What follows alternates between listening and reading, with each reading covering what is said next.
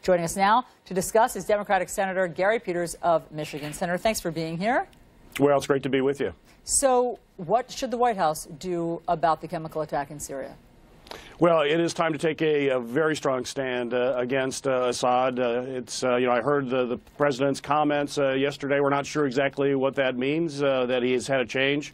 We do know that previous comments were that perhaps Assad should stay. We're not going to get involved. Clearly, that should not be the case, particularly after this horrific attack on the people in Syria and women and children. You're calling for Assad to be ousted. Absolutely. He has no business being there. He needs to go. And I think the Trump administration needs to make a very strong statement to that effect and also actively engage the Russians. Here we have the Russians denying this act. They are clearly with Assad, and I think this is probably another test for the Trump administration. Are you going to continue to side with the Russians, or are we going to have a path that's really the path for America and our own national security? So the Russians got to stop propping up Assad.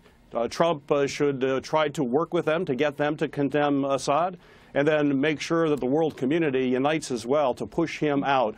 He simply cannot stay there. Well, I think it's fair to say that the administration's message on the fate of Assad has been mixed. I mean, just as recently as this week, you heard Ambassador Nikki Haley saying that is no longer a U.S. priority, getting rid of Assad. And then yesterday she said something that sounded quite different. Let me play for you what she said to the UN. Yeah.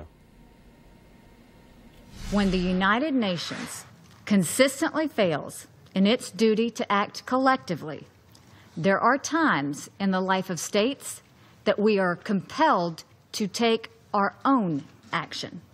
Senator, what does that mean, take our own action? Well, I'm not sure. I don't think any of us know what that means. But we've got foreign policy from the Trump administration now that's all over the board. They're okay with Assad one week, now then they're not. Then they're saying we're going to take direct action.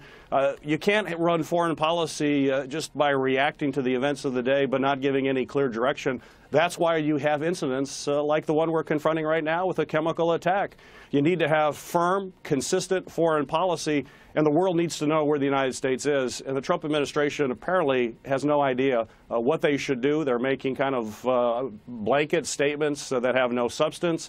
I think it's an example of why we need to make sure we have a State Department that can function to bring some diplomacy and some consistency to foreign policy, which is why it's so surprising at the same time the Trump administration is basically trying to slash the Department of State budget. Our diplomats, our folks who are experts in this area that can provide some advice as to how we have a consistent, strong policy, they seem to be going the opposite direction. I mean, Senator, frankly, you make it sound easy, getting rid of Assad, as though that's the sort of obvious answer. But I think that the Trump White House has said in the past that regime change has not always proven easy or worked out well. So what happens then? You get rid of Assad, what happens the next day?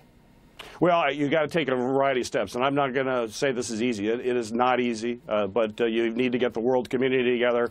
You've got to step up, make sure the Russians are not there protecting Assad, which they're doing right now. The Russians are clearly not our friend. They're not a friend of the world community. They're causing even more chaos in that area. He needs to go, but we also need to make sure we're protecting the Syrian people. I have consistently talked about having safe zones that require the world community coming together to have areas where people can feel safe. The world community will step up and provide that type of security. The Syrian people have been at war for far too long. The tragedy there is absolutely catastrophic. It's time to try to find some stability, and it is a multi-step approach. It starts with getting rid of Assad. It then leads to safe zones to keep the people safe, and then we work towards a political solution to bring people together. Senator, quickly, I want to ask you about the meeting today between President Trump and President Xi of China.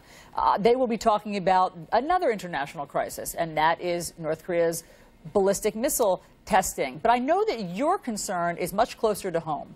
You want the president to press the Chinese president about unfair trade practices and things that they're doing with steel, the things that would affect the people of your home state, Michigan. Now, if the president presses China's president on all of that stuff, doesn't that then diminish the request for help in North Korea? Well, I think it's absolutely essential that he pushes the economic issues. We have to make sure that we're standing up for American jobs. That should be a priority with him when he meets.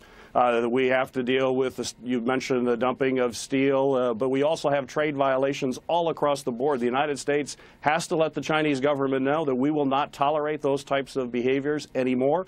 We will have swift, really tough action and trade enforcement. We also have to deal with currency manipulation, which is an ongoing issue that impacts our ability to have fair trade. You know, we can compete with the Chinese every single day as long as the rules are fair. The Chinese don't have that view. They try to take advantage of us every step of the way. The president needs to make it very clear the United States will not tolerate that. Senator Gary Peters, thank you.